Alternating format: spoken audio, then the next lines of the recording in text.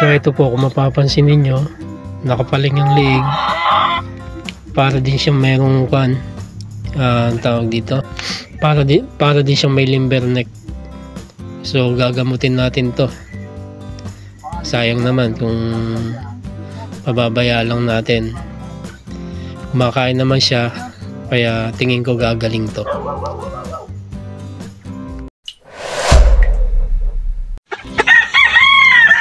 Tingnan nyo siya ngayon mga kamanok. Maayos-ayos na. Sinubukan ko siya kagabi ng B12. Tapos pinainom ko kahapon ng Premoxil.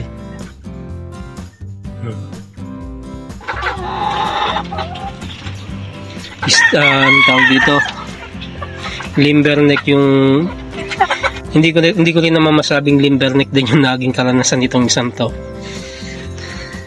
Nakakatuwa kasi may mga nauusong sakit ngayon papuntang Tag-Araw na bigla na lang silang nagkakaganyan, pumapaling ang leeg, nangihina, pagkatapos mong subukan ng gamot biglang lumalakas. Yan mga kamanok, hindi ko na lang na-video kagabi na sinubukan ko nakalimutan ko na, sinubukan ko ng B12. Nandito naman yung vitamins na sinubo ko.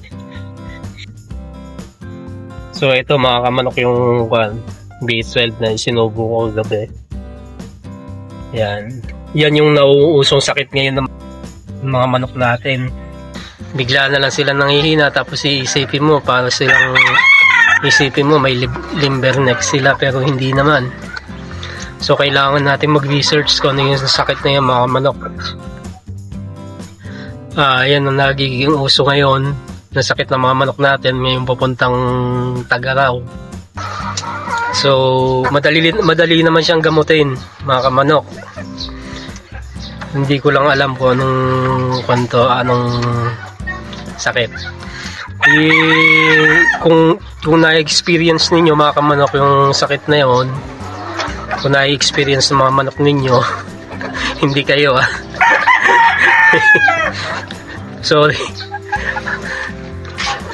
Kung na-experience ng manok ninyo yung sakit na yon at nakikita nyo may sintomas na yung manok nyo, tuturo ko sa inyo kung anong gamot yung pinainom ko. Una yung Premoxil. Kahapon kinuha ko siya, sinupak ko ng binigyan ko ng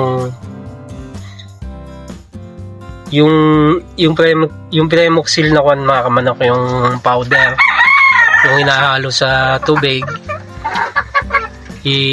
sinupak natin sa kanya direct sa kanya, sa lalamunan niya, kasi hindi naman siya makakainom, kaya kinuha natin. Kita niyo naman yung sitwasyon niya, hindi siya makakainom, kaya dinirect na natin yung Premoxil na hinaluan natin. Tapos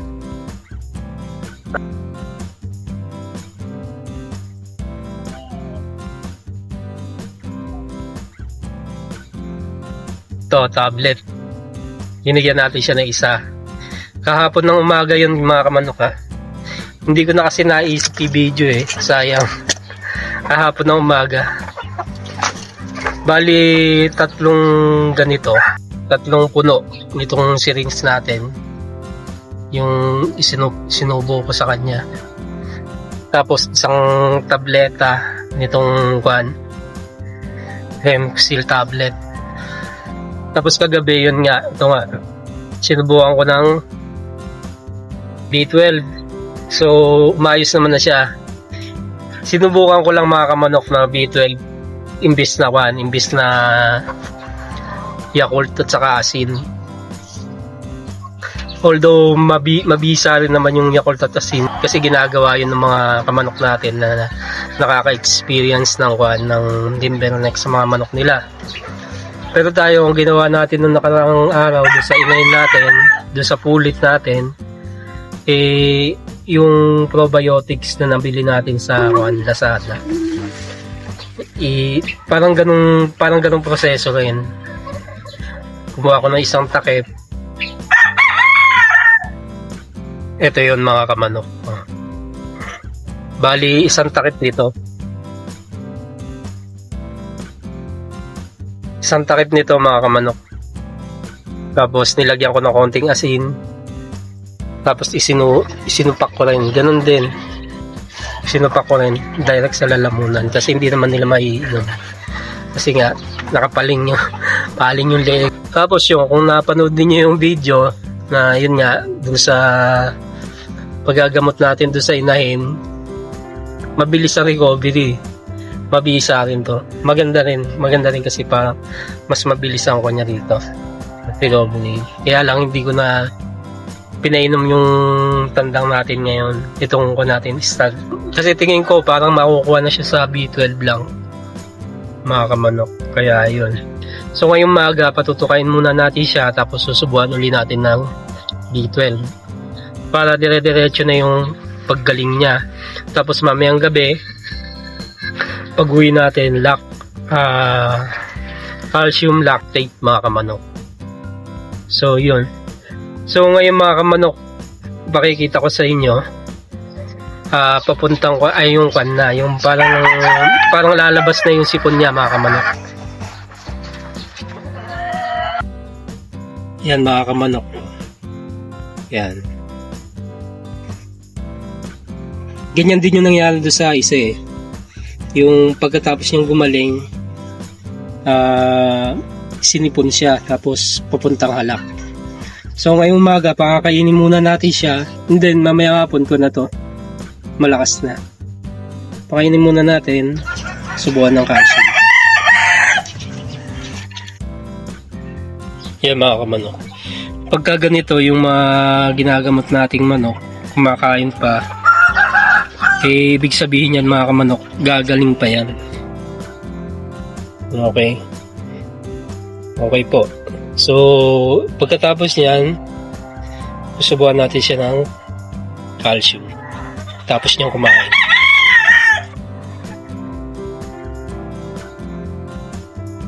Ayan, nakakain na siya. So, subukan natin ng ito mga kamanok ang isusubo natin. Calcium lactate.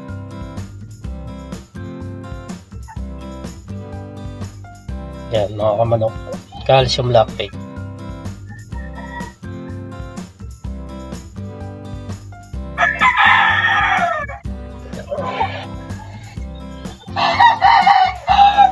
Tandaan po natin lagi pagka tayo po magsusubo ng supplement o vitamin sa kanila, dapat po laging may laman ng sikmura nila. Dapat nakakain na sila. Saka lang naman po tayo nagsusubo saka lang naman natin sila hindi pa kakainin pagka nagsusubo po tayo ng gamot. Halimbawa pagka sila may halak at saka sipon, straight po yun, hindi natin sila pakakainin saka paiinumin kasi po para maging mabisa yung gamot at tumalab. So ito sa ano natin mamayang hapon na siya, maayos ng pakiramdam, maganda na ang lakad. So, paiinumin na lang natin. Bibigyan na lang natin ng tubig. Then, lagaran natin ng pagkain kasi magugutom to mamaya. Hindi naman niya nauubos yung pagkain niya. Okay mga kamanok. Sana po may naitutulong ako sa inyo. Mayroon ako maibibigay na tips o sana nakakatulong po sa inyo itong mga ginagawa ko. Kasi ang pag-aalaga po talaga ay kaakibat na po talaga yung paggagamot kasi hindi po natin maiiwasan talagang hindi magkaroon ng mga sitwasyon na ganito na nagkakasakit sila.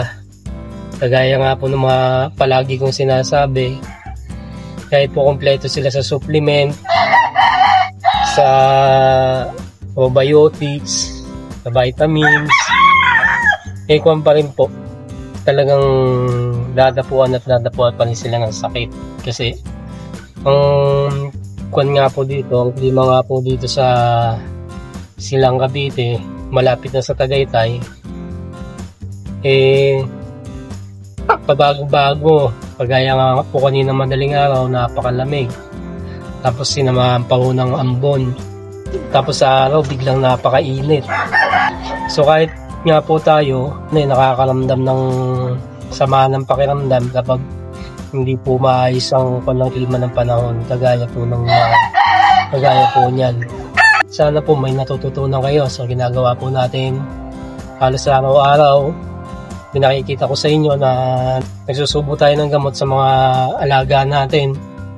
So sana po nakakatulong sa inyo at muli ko pong ipinaalala mga kamanok, ito pong mga ginagawa kong ito ay sarili ko lang pong experience at sariling idea ko po tungkol sa pag-aalaga at saka sa akin pong ginagawang paggagamot. Hindi ko naman po masasabing ako ay professional na breeder o doktor. Hindi po tayo doktor dahil wala naman po hindi naman po natin position yan. Pero dahil sa experience po natin sa pag-aalaga, natututo po tayo na obserbahan at kung paano gamutin ang ating mga alaga. Nagre-research din po tayo kung paano ginagawa ang paggagamot ng ating mga kapwa kamanok. At doon po nakakuha ko ng idea, and then ginagawa ko siyang guide at ini-apply ko sa ating mga manok. Kaya ibinabahagi ko rin po sa inyo. Okay po, balikan na lang natin yung ginagamot nating stag mamayang pagkagaling natin sa trabaho. Then tingnan natin kung may nagbago sa kanya at susubukan natin siya ng B12. Ito siya mga kamanok. Ginabi na tayo ng uwi kaya ngayon lang natin siya napatoka. Hindi kasi alam ng anak ko na ako naka-isolate dito kaya hindi niya napatoka. Compare natin kahapon saka ngayon, ayan na. Kahapon nakabaluktot na ang leg. So ngayon, yan, pagaling na siya. Nakakatayo na rin na maayos. Bukas yan, malakas na. So magiging na lang natin sa kanya problema. Kagaya nga ng sinasabi ko, parang sisipunin siya. So yan. So ngayong gabi, susubukan uli natin siya ng B12 mga kamanok.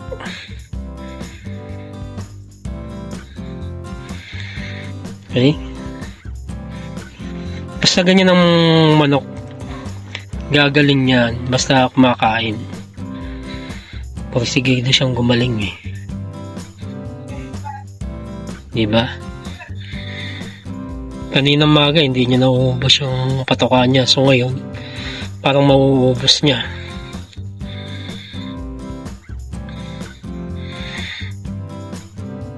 Isa nga pala mga kamanok, bago ko ginamot to, pinaliguan ko siya ng pahapyaw para sumingaw yung kung naman yung sakit na dumapo sa kanya para sumingaw at mawala na rin.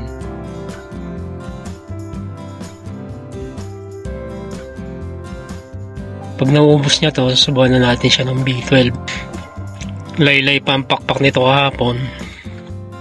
Yun talagang wala ng pag-asa. So ngayon, ayan, mayasayos ng tindig. Tapos, ayan nga, nawala na yung nakapilipit ang leg kahapon eh. Limber neck, nawala na. Hindi ko pa kinuha ito mga kamanok, hindi ko pa siya pinainom ng ng Yakult na may asin. Ang ginawa lang natin, B12 lang. Unang step mga kamanok, Premoxil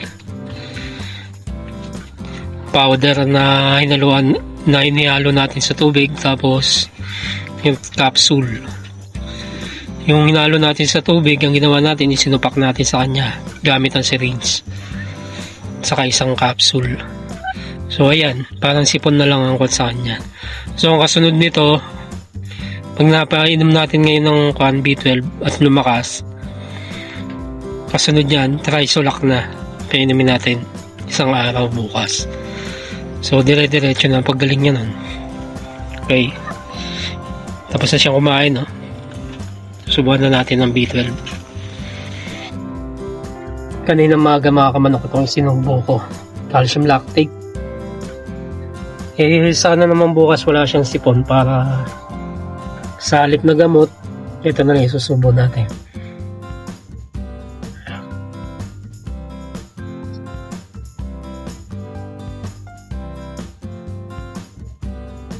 Kagandahan dito kahit na nagkasakit, oh, hindi nagbago ang katawan. Maganda, oh. Maganda ang subo ng katawan niya. Yan. So B12, bumili lang tayo ng ilang piraso.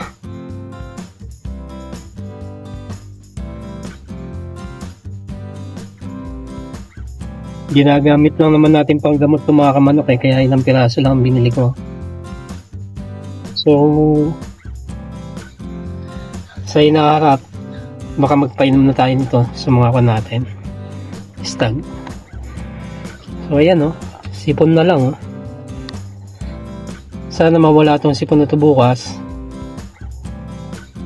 para calcium at B12 ang ikuha natin. Pero tingin ko kailangan talaga natin siyang painom ng Trisulak bukas at Tremoxil. So yung bukas gagamutin na lang natin. Ganito rin ang naging sitwasyon ng inahin na una kong ibinidyo. Yan, namilipit din ang leeg noon, tapos napagaling natin.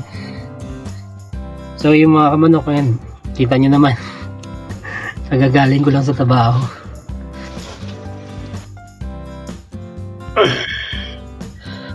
So yun po, maraming salamat po sa inyong panonood at sa pagsubaybay po sa ating channel. Muli po, ito po ang inyong lingkod, Lloyd Gonzales ng PMS Backyard Breeder. Magandang gabi po.